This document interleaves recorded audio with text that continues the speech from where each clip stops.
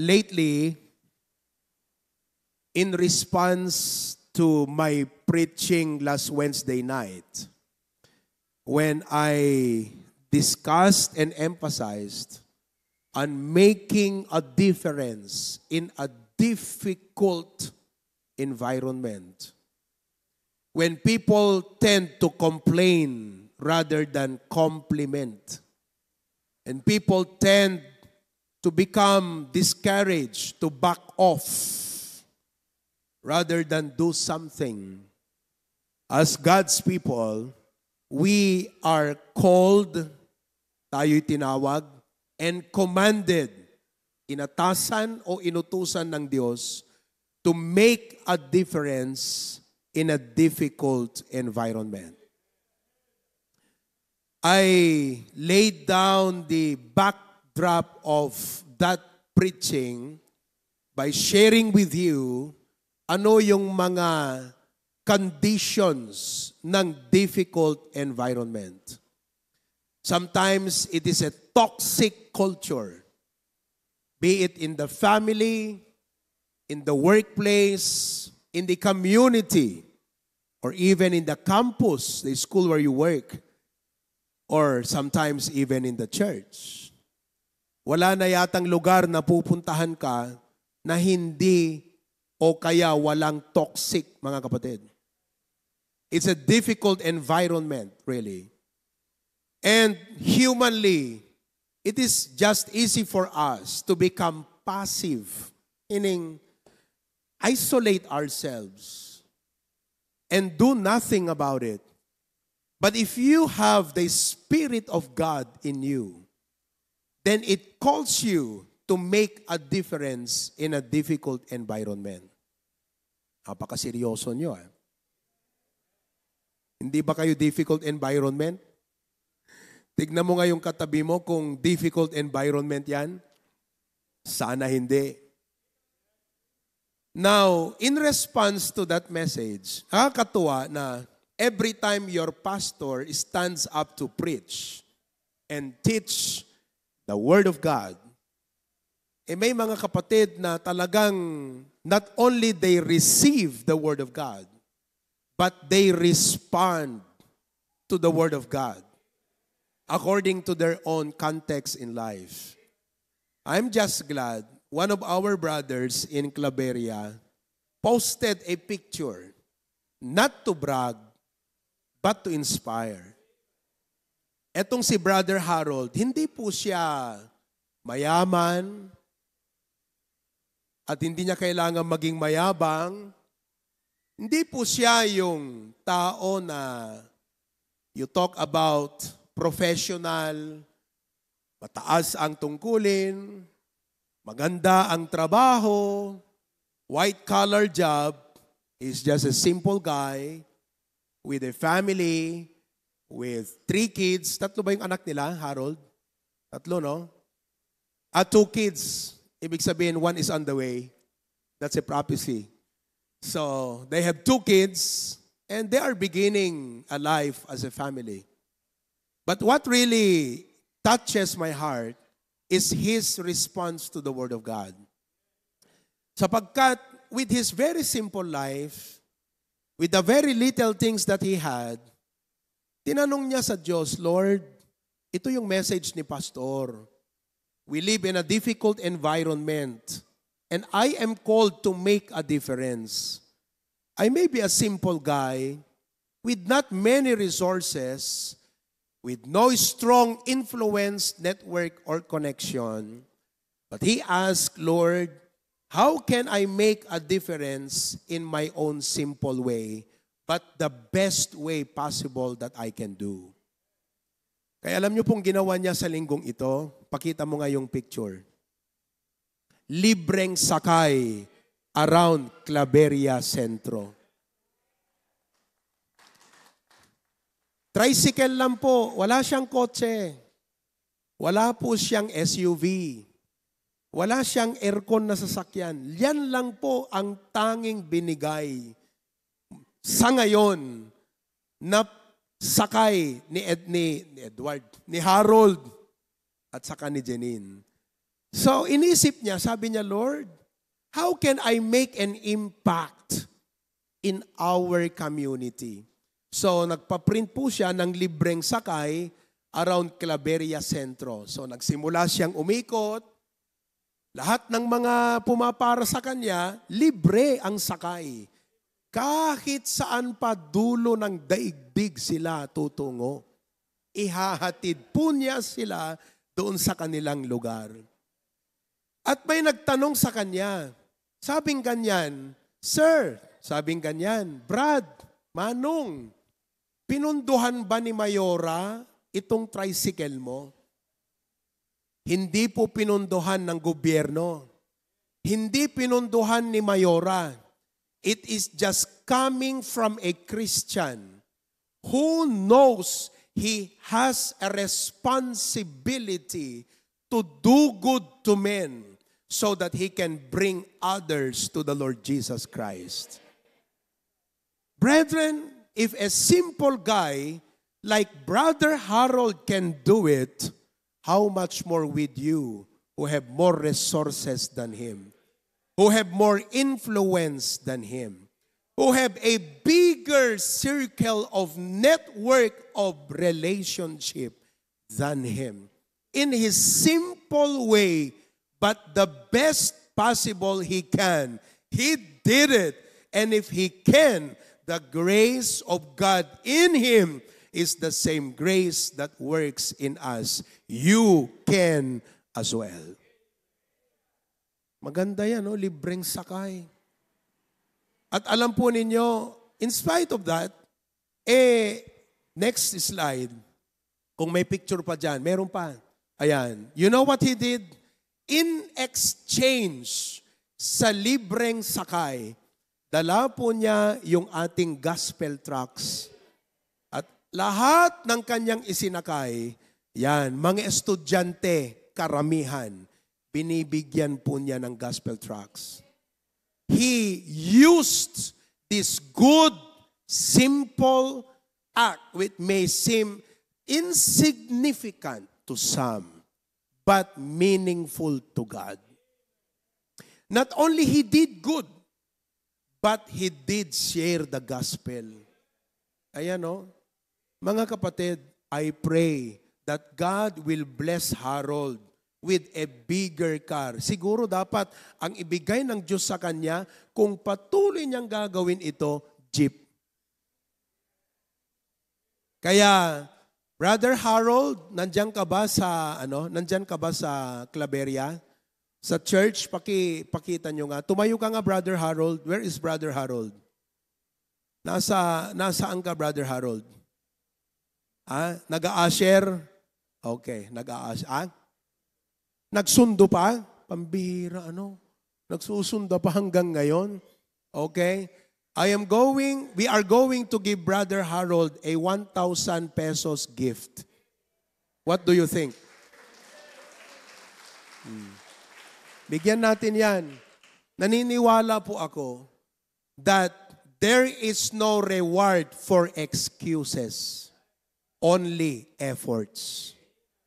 Kung parati tayong nagka-come up ng dahilan, alam mo hindi ko magagawa kasi ganito, alam mo hindi ko kaya kasi ganito, puro tayo dahilan, kasi ganito, wala kang gantimpala. Kailanman, people who come up with excuses all the time has never been rewarded. Only people who made efforts are always rewarded. So folks and young people, stop making excuses and start creating opportunities. Start exerting efforts to do good for the glory of God and for the gospel of the Lord Jesus Christ. Huwag niyong isiping hindi ko kaya. Yung tao nga na hindi mayaman, kaya. Tao nga na hindi magara ang sasakyan, kaya. Ikaw pa kaya? Mas marami kang resources, mas marami kang influence, mas marami kang alam sa buhay, mas marami ka dapat magagawa. Because to whom much is given, much shall be required. if you believe that you've been given much, if you believe that you have been blessed, if you believe that God's been good to you, you are expected to do more for the glory of God. And all of God's people say, hindi pa ako nagpipreach. Tumayo tayong lahat. Matthew chapter 5, verses 14 to 16. Matthew chapter 5, verses 14 to 16. I praise God. Hindi po si Harold ang itinataas natin, kundi ang Panginoon. The Bible says in Matthew chapter 5, verses 14 to 16, it says, everybody, 1073, let's read from Ilocano, since the English will be flashed on the screen. Dakayo ti silaw ti lubong, ti maysa nga ili ana isaad iti rabaw, ti maysa at turod, nga saan amabalin nga ilemeng. Ket saan met agang hirap nito. Ganggatan. Okay? Sorry, nasaan na tayo? Dagiti tao ti maysa asilaw. Ket sana ikabil ti sirok ti maysa asalup. No diket iti maysa apagsilawan. Ket lawagan na dagiti isu amin nga adda iti balay. Kasta kuma ti panaglawag ti silaw yu. Ti sangwanan dagiti tattao. Tapno makita da dagiti na imbag nga ar-aramid yu. Ket dayawen da ni amayo nga adda sa dilangit. Heavenly Father, bless and help us today.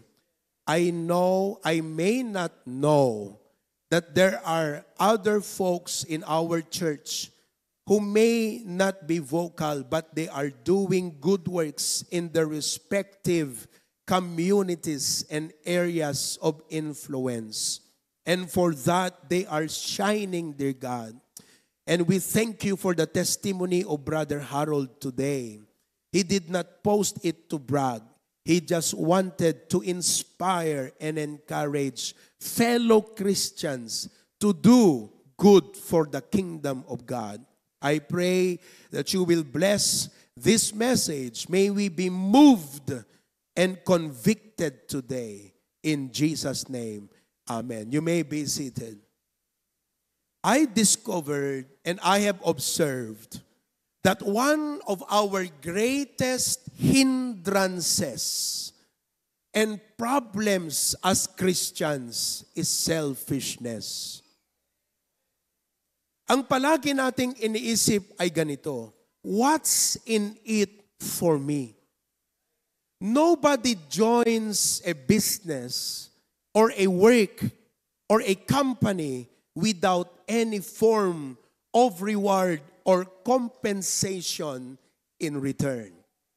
That is why this week, I remember when I dedicated a company in Lawag, I was talking to the area manager of Region 1 and Region 2. And all of the branch managers of the same company doon sa Java, sa may Eagle's Nest yata ang pangalan ng resto. And I told them, do you know what? One of the best lecturers that you can invite to give a seminar on people management are pastors.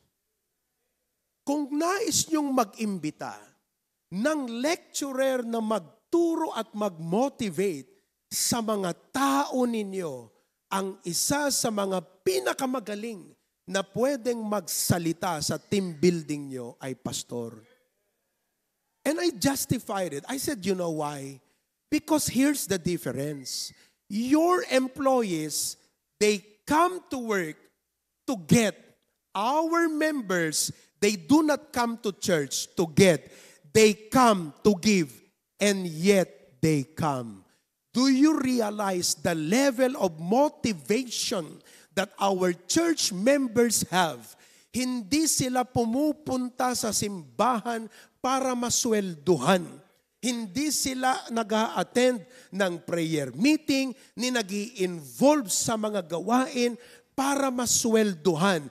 Do you realize the level of motivation that our members have? And do you realize how challenging the part of a pastor is, that you get people to come without getting anything in return, while your employees come because of what they can get?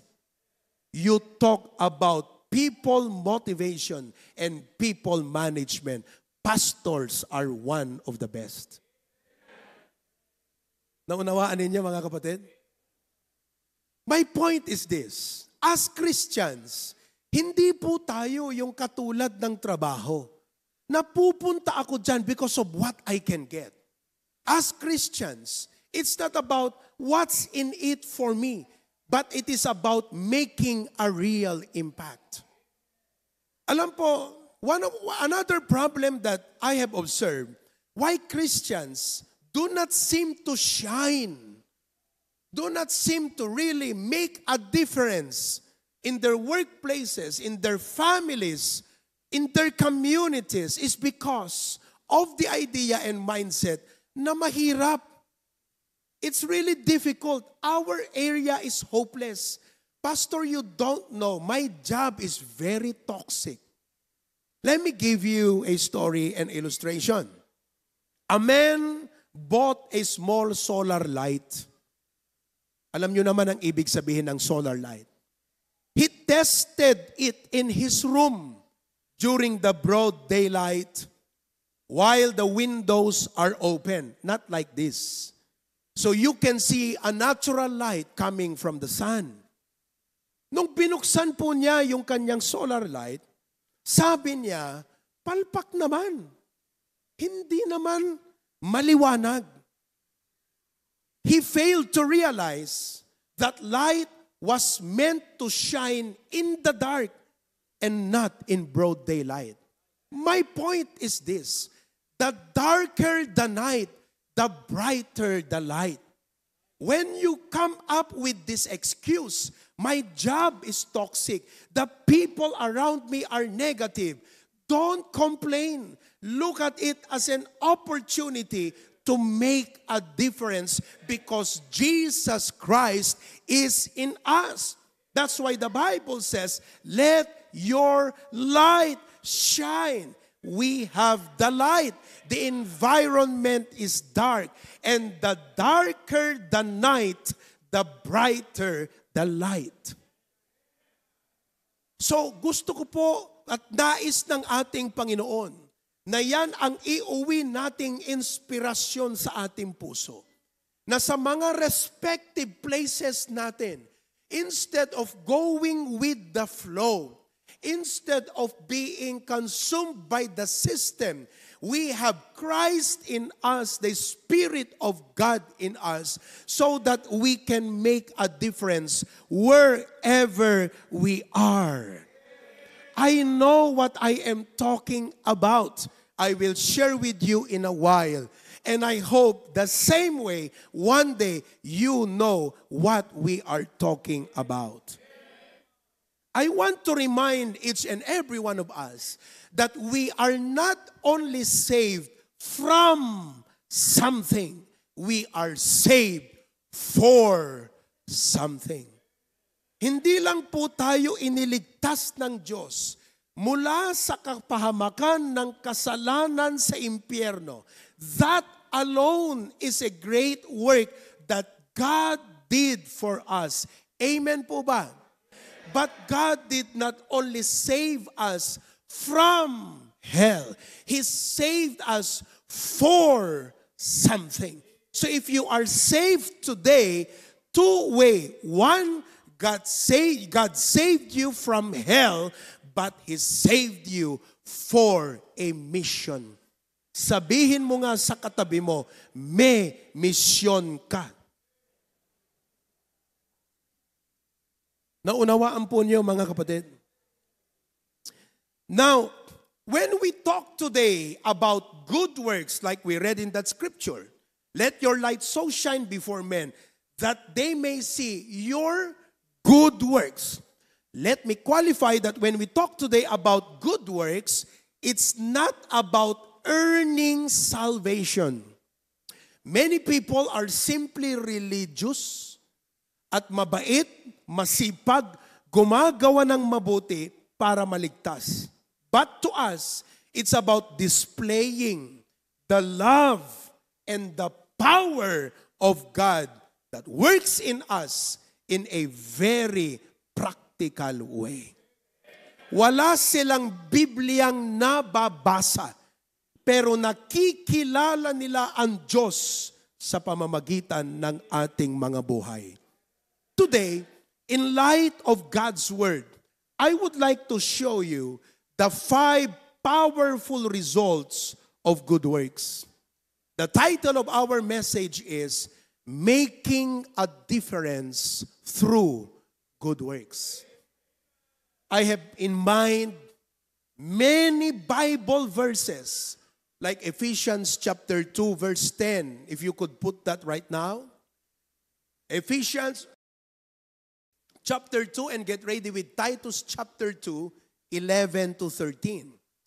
Basahin natin lahat. It says, "For we are His workmanship, created in Christ Jesus, unto good works, which God hath before ordained that we should walk in them."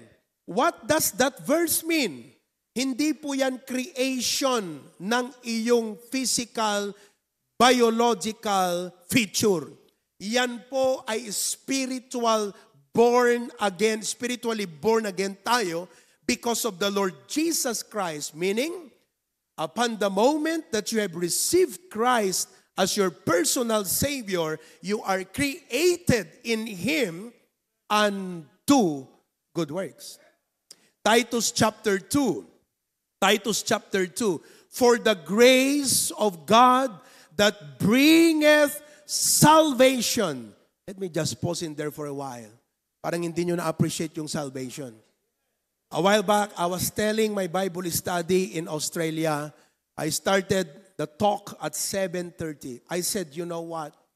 All people think as their everything is to earn a living, magtrabaho para magkaroon ng pera at mabuhay, to fight for their family. But did you realize that God did something that's far greater than your everything? And that's your eternal life. And no person can truly come to Christ in real faith without appreciating that what? I thought my family was my everything. I thought my life was my everything. But there was something more that God did, and He made a sacrifice for me. That's for my eternal life. Hindi ka makakalapit kay Kristo ng may totoong pananampalataya na hindi mo na-appreciate yung buhay na walang hanggan na kaloob niya sa sangkatauhan. Do you understand that? That's why the Bible says the grace of God that bringeth salvation hath appeared to all men. Everyone has equal opportunity to that eternal life. But only those who trust Christ will be receiving that eternal life. In verse number 12, it says, teaching us that denying ungodliness and worldly lust, we should live soberly, righteously, and godly in this present world, looking for that blessed hope and the glorious appearing of the great God and our Savior Jesus Christ. 14, who gave Himself for us. Do you realize how we give ourselves to live? We give ourselves for our family. Did you get to appreciate how God gave Himself to save us? You will never value salvation if all you think that's everything is your life and your family. I'm not saying walang value ang buhay natin sa lupa at walang value ang pamilya natin. But if we really want to appreciate the salvation that God did, we've got to come to the point where we realize, God, I value life, I value family. But God, there's nothing compared to what you have done for me. Who gave himself for us, do you value that? That he might redeem us from all iniquity, and purify unto himself a peculiar people. Look at the next. Zealous, not passive. Hindi pushmatic, automatic. Zealous. The word zealous means enthusiastic, eager. Zealous of what? Good works. Now, let me show you the 5 powerful results of good works as Christians. Number 1, good works reflect God's love and our good stewardship. Remember, one of the vital mindset to live life is to be a steward. Naunawaan po ninyo. Now, to prove my point, there is this guy who traveled. Along the way, he encountered thieves. And the thieves robbed all that he had from him. Ninakawan po siya. Iniwan siyang sugatan, almost lifeless on the roadside. Now here comes a Levite, and it was followed by a priest. Nakita nila yung sugatan, at hindi nila pinansin. Siguro sa kanilang loob, ang sinabi lang, God bless you. Alam mo naman, Levite, priest, maka-Diyos. Kaya siguro sinabi, God bless you. Pero dinaanan. But here comes a Samaritan. Of all the unexpected people who would do good, it should have been the Jewish people who will do good. But a Samaritan, outcast sa mga Hudyo, from a very unlikely person, siya yung may magandang kalooban. Kaya nilapitan po niya yung tao. Tinulungan niya. At anong sabi niya? Pagagamot kita. Pinagamot po niya. Pagkatapos ng lahat ng gastos ng pagpapagamot mo, babayaran ko yan sa'yo. We call him the Good Samaritan. Mga kapatid, in that story, it's not just a story or a scenario. That story describes the 3 kinds of people in society. The 3 kinds of people in society. Number 1, the first kind of people in society are the thieves. The thieves are saying, what you have is mine. I'll grab it. And there are many thieves in society. There are practical thieves, meaning that's their lifestyle, magnakaw. There are professional thieves. Kaya nga sinasabi natin maraming buhaya sa gobyerno. Pero de los buenos. We live in a very corrupt environment. And these people are not there to serve and give. They are there for what they can get. They are the thieves of society. What is yours is mine. I'll take it. The second class of people in society are the priests and the Levites. Who are these people? They are the people who think, what is mine is just mine, I'll keep it. Unfortunately and sadly, even pastors and Christians are like that sometimes. All we think is about mine, my life, my future, my kids, my family, my job, my problem, my ambition. Don't you realize that every time you think that way, you're like the priest and the Levite. You never care. Lack of compassion. What is mine is just mine. I will keep it.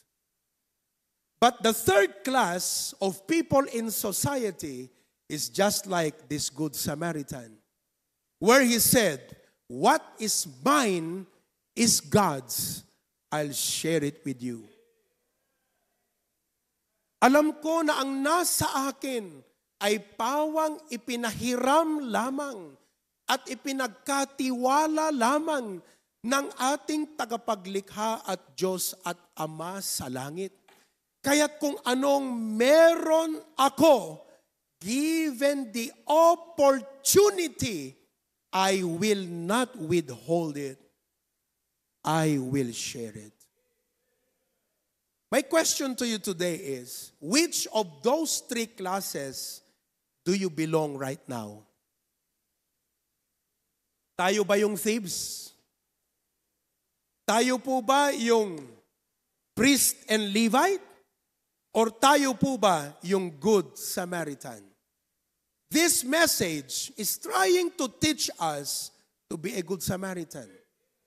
To have the heart of compassion. Compassion means that you have the eyes to see needs. Not only the eye to see, but the heart to do something about it. When you see a need and you close your hands and do nothing about it, we fall back to the category of the priest and the Levite. For whatever the reason or excuse, hindi po tayo magre-reach out. Bakit po? Because of that problem. I pray that today, all of us would be like that Good Samaritan. None of us is perfect yet. Tama po ba?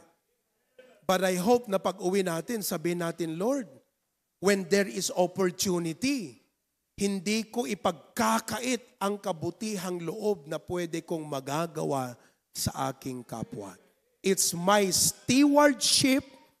Hindi ko problema kung yung kapitbahay ko ay mabuti. Hindi ko problema kung mabait ang mga kasama ko. Ang aking problema, maganda ba ang aking stewardship sa buhay ko?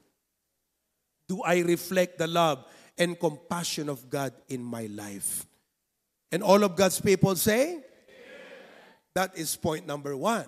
The powerful result, it reflects God's love and our good stewardship. So, instead of thinking, that's not my problem, why don't you begin to think, how can I be a solution? Alam mo, yung tao na ayaw makatulong sa problema, hindi pwedeng umangat sa buhay. Business people thrive because of problems. Business people thrive because of their ability to see need, not just now but ahead of time. Kaya mga kapatid, in all aspects, especially sa atin, instead of just thinking, that's not my problem, why don't you begin to think, how can I be solution? Mga kapatid, that's our calling. To make a difference too. Not only that good works reflect God's love and our good stewardship, but secondly, good works can literally transform communities, companies, campuses, and even churches. Kaya nga, instead na bumubunga tayo na nagko-complain, bakit hindi tayo mag-isip, magsimula na gumawa ng isang mabuti that could start to change our communities? And that change will start in us. Hanggat hindi tayo nababago mula sa mindset hanggang sa ating puso, mga kapatid, hanggat hindi tayo nag-shift from primera to segunda, meaning from our excuses to exerting effort, hanggat hindi tayo nag-shift, we are not going to make a difference. There was a person who said, I want to change the world. But when he tried to imagine, the world is too big to change. Why not change my nation? And he started to think, the Philippines has almost 120 million in population. That's too big a dream. So he said, instead of changing ang nasyon, why not my province? And he realized that Ilocos Norte has more than 500,000 people, almost 1 million, 500,000 in voting population. He said, 6-digit number of population is too big a dream for me.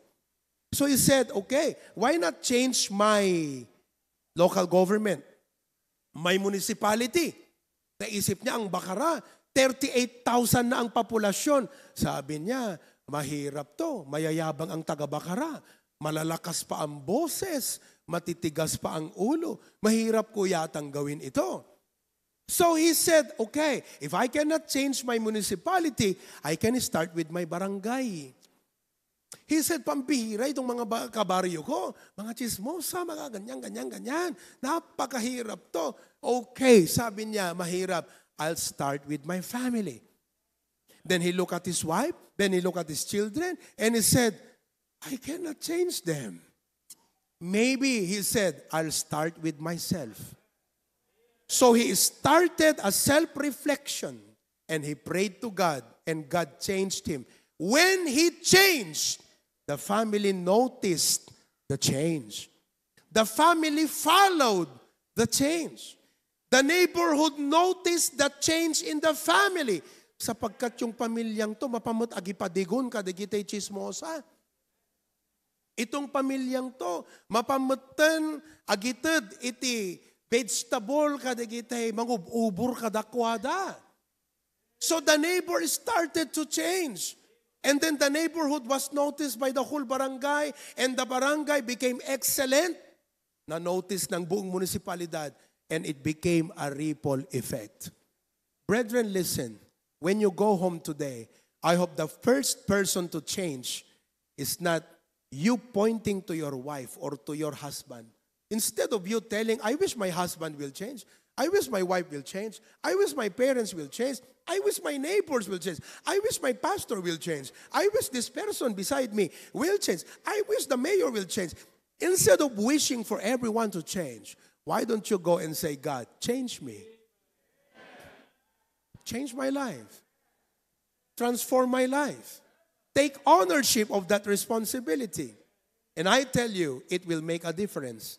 Galatians chapter 6, verse 9 and 10, it says, and let us not be weary in well-doing. For in due season we shall reap if we faint not. There are many factors that can discourage you from doing good, but don't let evil defeat your good intention. Don't let the environment, no matter how difficult it is, to stop you from doing your calling to do good. Don't grow weary. Sabi mo sa katabi mo, don't be discouraged. Don't be discouraged. If you do good, people will accuse you of ulterior motives. Do good anyway. If you do good, people may forget what you have done. Do good anyway. If you do good, ikaw pa ang magiging masama later on, hindi ba? Do good anyway. In verse 10, it says, as we have therefore opportunity. Now, I want you to see this place we have, this municipality, the province, the area we are in, as an opportunity. I like that word. Buti na lang nasa Biblia ang salitang opportunity. Akala natin sa mga inchik lang ang opportunity. Hindi po. Matagal na pong panahon nasa Biblia ang salitang opportunity. Therefore, Christians should be opportunist. Not in the negative sense, but in a good sense. By what? Let us do good unto all men, especially unto them who are of the household of faith. Umuwi po tayo ngayon na ang laman ng isip natin is what good we can do. Siguro sinasabi natin what significance it can do? May magagawa ba ito? Well, it starts where we are. It starts with our family. Husbands, love your wife. Wives, submit to your own husband. Walang nag-amen. At work, be the one who helps, not complains. When you are tempted to complain, remember this message of God. I should not be the one complaining here at work. I should be the one helping find the solution. At school, encourage classmates who are struggling instead of laughing at them. Kesa katkatawaam, day jehan na maawatan, day math. Why don't you extend a helping hand? Kaysa kung kunam nagduldog mo, hindi ka na maawatan na. Duldog, laglag pa kung kunam. Oh, you're becoming worldly. Why don't you help? That's why you know what? On that note, kayong mga nag-good news club centers, why don't you offer a free, hindi man ito formal tutorial. Pero bakit hindi nyo kaya i-offer sa mga magulang ng tinuturuan nyo? Napapansin nyo na hindi magaling magsalita. Ang English niya, masahol pa sa baluktot. Sabihin mo, nanay, would you like me to help your child? Tutor ko lang siya. 2 weeks. The mother will appreciate you. And it opens a Bible study in the house. Let's do good. Listen, instead of just young people, wala kang ginawa kundi magbabad sa cellphone. You have excessive screen time. You're squandering your time and opportunities. Why don't you start extending help to people? At church, ask what you can do instead of asking what the church can do for you. Kung lahat tayo, sa dami natin, ay mag-iisip, what can I do? Si pastor ang mauubusan ng idea ng ipagagawa sa atin. Mas maganda po yung lagay na si pastor ang nauubusan ng idea kaysa yung sa dami niya ng idea, wala man lang tumutulong. Mas maganda po yung lagay na ganon.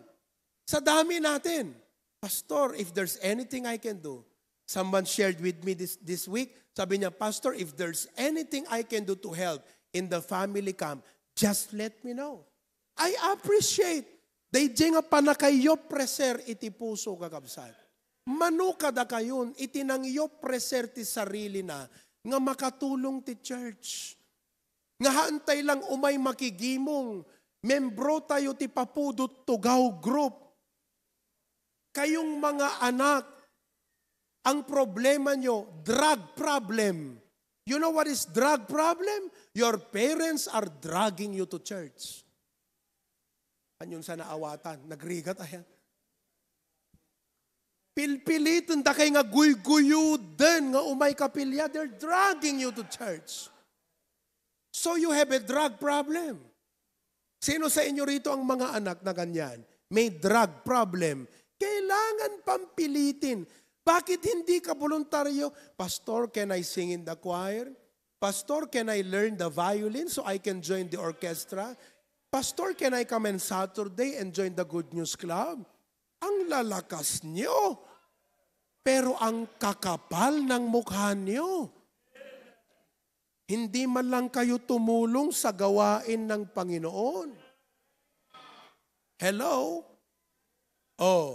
Mga kapatid, let's do what we can. Number 3, good works open doors for the gospel. Good works open doors for the gospel. In Acts chapter 10, verse 38, it says, how God anointed Jesus of Nazareth with the Holy Ghost and with power, who went about doing good. Anong ginawa ng ating Panginoon? Healing all that were oppressed of the devil, for God was with him. Jesus went about doing good. He fed the hungry. Feeding program. He healed the sick. Medical mission. He met physical needs, whatever those be, that may include scholarship. Those three that I mentioned, feeding program, scholarship, medical mission, mga kapatid, HBBC, let's do it. January, hopefully, our foundation will work out. Kung meron tayong 100 tao dito na magbibigay ng tig-1,000 kada taon and would try to help a student who is struggling financially, send them to school with 5,000 pesos every school year. Alam nyo, sa mga estudyanteng walang-wala, ang 50 pesos, parang 500 sa kanila yan. Sa mga pamilyang naghihirap, ang 500, parang 5,000 yan sa kanila. Kung mayaman ka, ang 5,000 mo, parang 50 lang yan. Kaya kung lubos-lubos ang pagpapala mo, labis-labis ang blessings mo, why don't you share it? With 1,000 from 100 people, 100,000 pesos every school year can help 20 students to go to school every school year. Yang 5,000 mga kapatid, sa naghihirap, parang 50,000 po ang pakiramdam niya dyan. Alam niyang i-treasure yan. Are you with me? Kaya sinisimulan ko na po na i-publicly sabihin sa inyo, we are now on the process of preparing the papers and documents to have our Hosanna Foundation. How about that?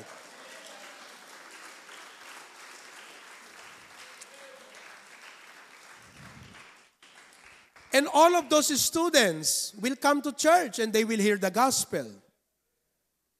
As a pastor, binigyan po tayo ng Panginoon ng communication skill. And I pray that I could use that to do good to our community. Kaya nag-isip po ako. Sabi ko, Lord, how can I extend my communication skill in helping our province? And by the grace of God, we started the SMEC, Spiritual and Moral Enrichment class, with teachers. I thank those teachers who understand the vision of this ministry. No compensation, just lauya and pansit. That's enough. Diba? Yung mga sumasama sa SMEC, puro lauya. Tagtagargar nga taba. But we did it. And what did we do? We partnered with the DepEd in their moral values education. Ginawa na rin natin yung, ano ba yung back to school na yan? Yung brigada ba yon? Yes. Oh, minsan nagbigay tayo ng mga trash can sa mga trash bin pala. Gawin natin ulit. Let's come up with more ideas that we could do good. I offered my help to train and to equip and to motivate the LGUs. Kaya yan, sa pasukin. Every first Monday of the month. Ang ganda nung aking message nung first Monday of December sa pasukin. Sabi nung isa, blessed na blessed. Sabi niya, grabe, brutal jay pa nang ibagam pastor. Kay kayat mi nga mangagday jay nga imbagam ko na na. Bakit? Tinamaan ko ba naman ang gossiping? Tinamaan ko ang slander at lahat. You know? All of this Ni Pastor Dennis, one time during our anniversary in Claveria, I wanted to extend a help sa motivation ng mga empleyado ng LGU Claveria. Aba, nag-respond si Vice Mayor. Sabi niya sa akin, Pastor, may programa kaming ganyan. Hayaan mo, i-schedule ka namin. In-schedule po ako. Pero dahil kasal ni Ian at saka ni Kathy, mahalaga ang kasal nyo. Anong ginawa ko? Dinelegate ko kay Pastor Dennis yung speaking engagement ko doon sa Claveria. And praise God, they were blessed, mga kapatid. Because of this, we are seeing communities, schools, offices, and universities opening up their door to the gospel of Christ. Narigat nga maka-refuse ti tao nga dumngeg ti ebanghelyo no napakitaam itinaimbag nga nakem. It will transform them. Number 4, I'm going to close. Good works bring glory to God. Ganito po yan. Sayang, wala akong dalang kandila. Iniisip ko kahapon eh. Halimbawa po, ito ay kandila. Ito yan. Listen to me carefully. A candle doesn't light itself for people to admire it. Its purpose is to illuminate the room so others can see. Hindi po tayo sumisindi ng kandila para ma-appreciate natin yung kandila. Sumisindi tayo ng kandila para makita natin ang kwarto na iniilawan ng kandila. Kaya po tayo gumagawa ng mabuti, hindi sa layuning tayo ay itaas ng mga tao, kundi sa layuning makita nila na may Diyos na buhay sa ating mga buhay. Good works will glorify God. Kaya yung binasa natin, sabi niya, that they may see your good works, not you, your good works, and glorify your Father which is in heaven. Amen? Lastly, good works can cost us, but God's grace covers it. Well, iniisip mo siguro, ayaw natin gumawa ng mabuti. Bakit? It will cost us. Alam mo, iniisip siguro natin ngayon, mahirap na nga ako. Pag gumawa pa ako ng mabuti, baka mas lalong maghihirap ako. Hello? Narigat lang arudti ka sa saad, min. No, agpanunudak pa'y tinasayaat nga ipaay ko tipadak nga tao, di adad nga rumigat kami? No. It's not a subtraction. It's multiplication. It's actually division to multiply. Example. Okay. Wala akong dalang kandila, sayang. Meron akong 2 kandila. Ang kandila na to may ilaw. Okay? Eto wala. Pag sinindihan ba ni kandila na may ilaw, si kandila na walang ilaw, nadidiminish ba siya? No. The point is this, a candle loses nothing by lighting another candle. It sounds like mysterious. Na pag ikaw ay gumawa pala ng mabuti, hindi ka nauubusan. The point is, in the same way, helping others does not diminish you. It multiplies love and hope to people. It does not diminish us. It enriches us. So stop making excuse. Mahirap lang ako. Tignan niyo si Harold. Alam niyo kung magkano kaya ang sweldo niyan? Nagtatrabaho po siya na, ano tayo trabaho nan? Dicer, merchandiser. Magkano ang sweldo ng merchandiser? 8,000? 10,000? Magkano ang sweldo mo? 15,000? Mas malaki ka pa. Doble pang sweldo mo. Pero look, hindi naging hadlang yung kahirapan na hindi siya makagawa ng mabuti to make a difference. Lalo bang naghirap ang buhay niya? Abay, hindi. Bakit? Mamaya may GCash na 1,000 na yan. Kung ako nga na tao, ganun ang damdamin ko kay Harold, ano pa kaya sa Diyos? Do you know kung bakit mas lalo kang naghihirap? You're selfish. Mas lalong pumapangit ka? You're selfish. Kitam, nakamisot ta ka abay mo. Amen? Pero ang totoong generous, masaya yan eh. Oh, ito. Instead of thinking, I cannot afford to help. Hindi ko kayang tumulong. Think of this. God is my provider. I cannot afford not to help.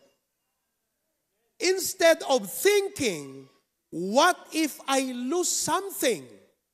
Think, what if someone will gain Christ through my sacrifice? Kesa pampanunutan, ana't mapukaw kanyak. You have a problem of a sense of security, my friend. You have a problem of a sense of self-image. Instead of thinking, what if I lose something?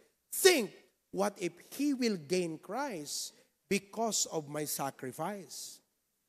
Instead of thinking, I have nothing to give. Wala naman ako maibibigay. Think, what little do you have that God can multiply? Naalala niyo po yung bata, sabi nga ni Philip, isa sa mga disipulo, Panginoon, we have here a lad with 5 loaves and 2 fishes, but what are they among so many? 5,000 kalalakihan to. Ang lalakas kumain yan. Di ba mga boys? Di ba Eds? Lalakas kumain yan. I have 5 loaves and 2 fishes, and what are these among so many? Anong sabi ni Jesus Christ? Dalhin mo rito. Pinag-pray ng Panginoon, and it multiplied. Little becomes much when God is in it. So instead of thinking, I have nothing to give, what little do you have that you can give to God and He can multiply? Amen po ba? Lastly, 2 Corinthians 9:8. The Bible says in 2 Corinthians 9:8, God is able to make all grace abound toward you, that ye, always having all sufficiency in all things, may abound. You see, the more you give, the more you will give. Ito yan. Hindi lang po yung the more you give, the more you will receive. Let's take it further. The more you give, the more you will give. Sapagkat pararamihin palalo ng Diyos ang biyaya niya sa iyo so that you can abound in every good work. Before the year ends, think of a good work that you can do to make a difference for the gospel of Christ.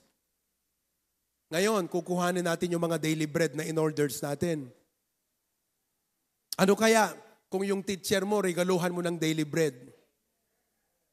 By the grace of God, my mom taught me from elementary to high school to give a daily bread to my advisor every Christmas program.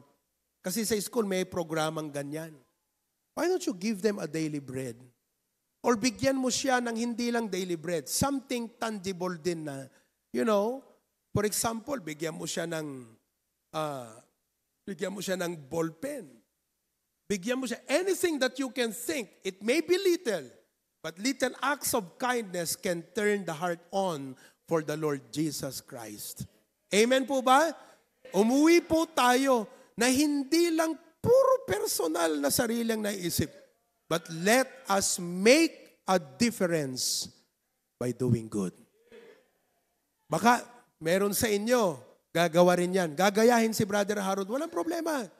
Okay lang gumaya, basta tama. Kaya ka nga nakapasa, kumopya ka sa katabi mo nung school. Gayahin mo, magpalibreng sakay ka rin dito. Oh, di ba? Cyrus, lagyan mo yung kotse mo, libreng sakay. Aming taga-Kabulalaan, sige, sakay. Papunta sa high school. Amen?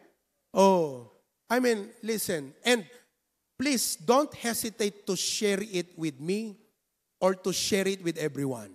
Huwag niyong isipin na, nagyayabang to. Hindi po. Hayaan niyo yung mga taong nag-iisip na mayabang to. Yung mga taong yan, krisis ang buhay niyan.